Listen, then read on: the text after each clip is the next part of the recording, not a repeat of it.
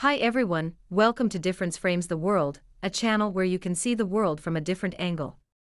Please subscribe to our channel and turn on the notification so you will not miss our videos uploaded every week. Today we discuss the tech war between China and the US, and why the US lost the battle with China again.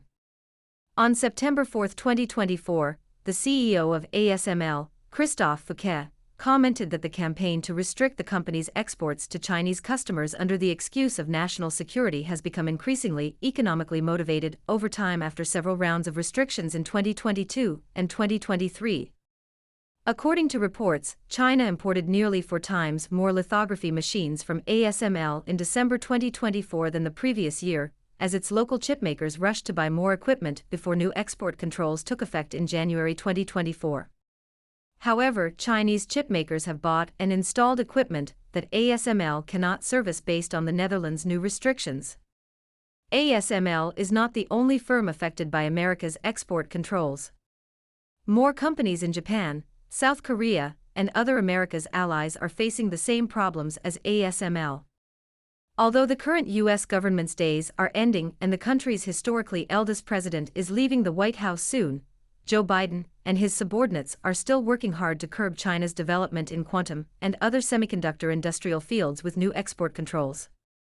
From the 1950s through the 2020s, the United States moved almost all its low-end production capacities to other regions, such as Japan, South Korea, Southeast Asia, Taiwan, and China's mainland. As a result, the country had little or no capability to make affordable necessities for its people. As a result, it relies on other countries and regions for commodities. Still, the United States wants to maintain its domestic economic prosperity and global military dominance.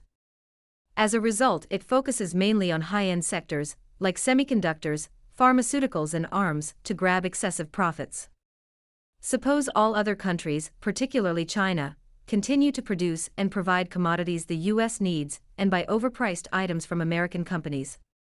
In that case, America can maintain its dominance on most fronts as it desires, and the tension between China and the US will not be so fierce. However, China does not want to target itself as a world factory for low-end products, and the Chinese people want to lead a decent life like people in developed nations. After the current Chinese President Xi Jinping took power from his predecessor, Beijing started an ambitious plan called Made in China 2025, hoping to convert China into a manufacturing superpower. Made in China 2025 has threatened leading economies, especially the United States, virtually targeting all high-tech sectors like car manufacturing, the aviation industry, heavy machinery, human-like robotics, and high-speed rail, to name a few only. For instance, China's electric vehicles have swept the world, forcing the United States to impose a 100% tariff on them. Although Donald Trump promised to remove the punitive tariff, it is least likely to happen as he can hardly step into the White House again based on his lousy performance in the first presidential debate with Kamala Harris.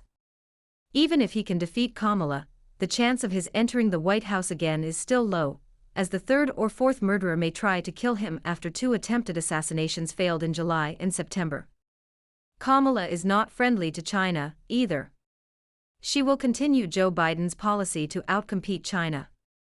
As a result, she will not remove the excessive tariffs imposed by the Trump and Biden administrations. Interestingly, Canada, America's 51st state, also wants to follow America's suit, adopting the same punitive tariff on Chinese electric cars and batteries, although few, if not zero, Chinese electric cars are on the roads in Canada. China immediately announced its anti-dumping probe on canola oil imports from Canada, raising Ottawa's deep concern. Europe has been America's backyard since the Second World War ended 8 decades ago, but this time, it is reluctant to follow the United States to restrict Chinese electric cars. China and the US started competing with each other after Beijing successfully held the Olympic Games in 2008. Particularly when China's President Xi Jinping announced his Made in China 2025 plan, the US has desperately employed all means to slow down China's development. The Obama administration pivoted to Asia, curbing China's rise. Donald Trump started the trade and tech wars with Beijing, and the current U.S. government constantly provoked China with various issues in Xinjiang, Taiwan, Tibet, and the South China Sea. No matter who becomes the new U.S. president in January 2025, the U.S. will continue to compete with China. Donald Trump threatens he will impose higher tariffs on Chinese products if he wins the election, and Kamala Harris, who is said to be Russian President Putin's favorite, will try her best to outcompete China, as Joe Biden promised before. Still, neither of them believes the U.S. can defeat China in the long run. The American politicians can only do things with their mouths, not their hands. Donald Trump promised to build a Great Wall, as ancient China did 2,000 years ago, to separate Mexico from the United States. The Americans will need at least 1,000 years to finish the 3,145-kilometer-long project. Kamala Harris can deliver clearer speeches than Joe Biden, and her lip service may sound more beautiful. Still, she can hardly make the country great again if she continues Biden's policy to compete, not cooperate, with China. In the so-called China Week, the U.S. Congress passed 25 bills to protect Americans against the military, economic, ideological, and technological threats posed by the Chinese Communist Party. We must admit that those lawmakers have tried their best to waste American taxpayers' money. As those congressmen pass nonsensical laws to counter the Chinese Communist Party, the U.S. government constantly forbids its enterprises and its allies' companies from selling high-end components and products to China.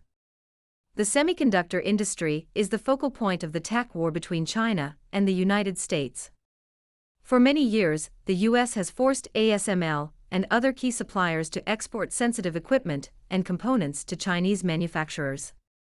As Bill Gates warned several years ago, the U.S. export controls have successfully pushed China to rely on itself to develop its chip industry. On September 9, 2024, China announced two DUV machines, with a resolution below 65 nanometers and an overlay accuracy below 8 nanometers. It is a technological breakthrough, as well as China's chip industry milestone, that most Western media outlets did not report.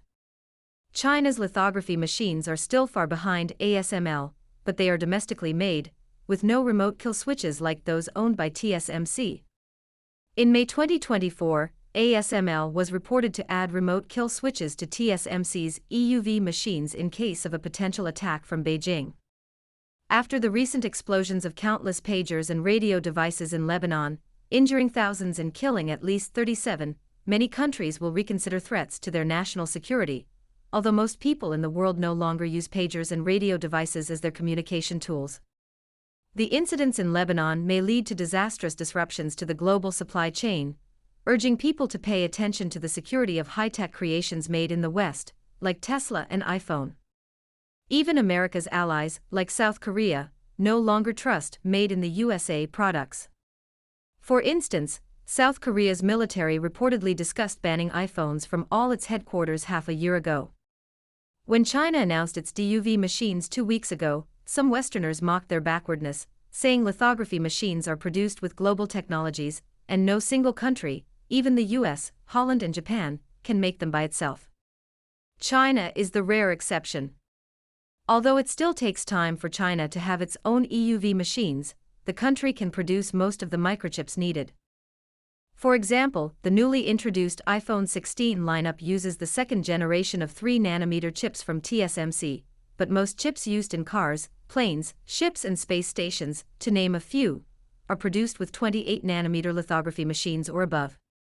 According to a report from People's Daily, China's official news outlet, China's chip exports in the first 7 months of 2024 increased by nearly 26% compared with last year, a record high of 641 billion renminbi, an equivalent of $91 billion.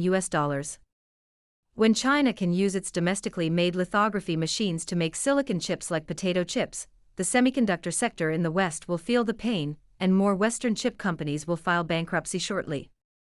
In April 2011, the U.S. Congress passed the Wolf Amendment, aiming to curb China's space development. 13 years passed, and China has made tremendous progress in outer space. It has built the Chinese space station by itself, and its spacemen never stayed there longer than scheduled, unlike their U.S. counterparts in the International Space Station.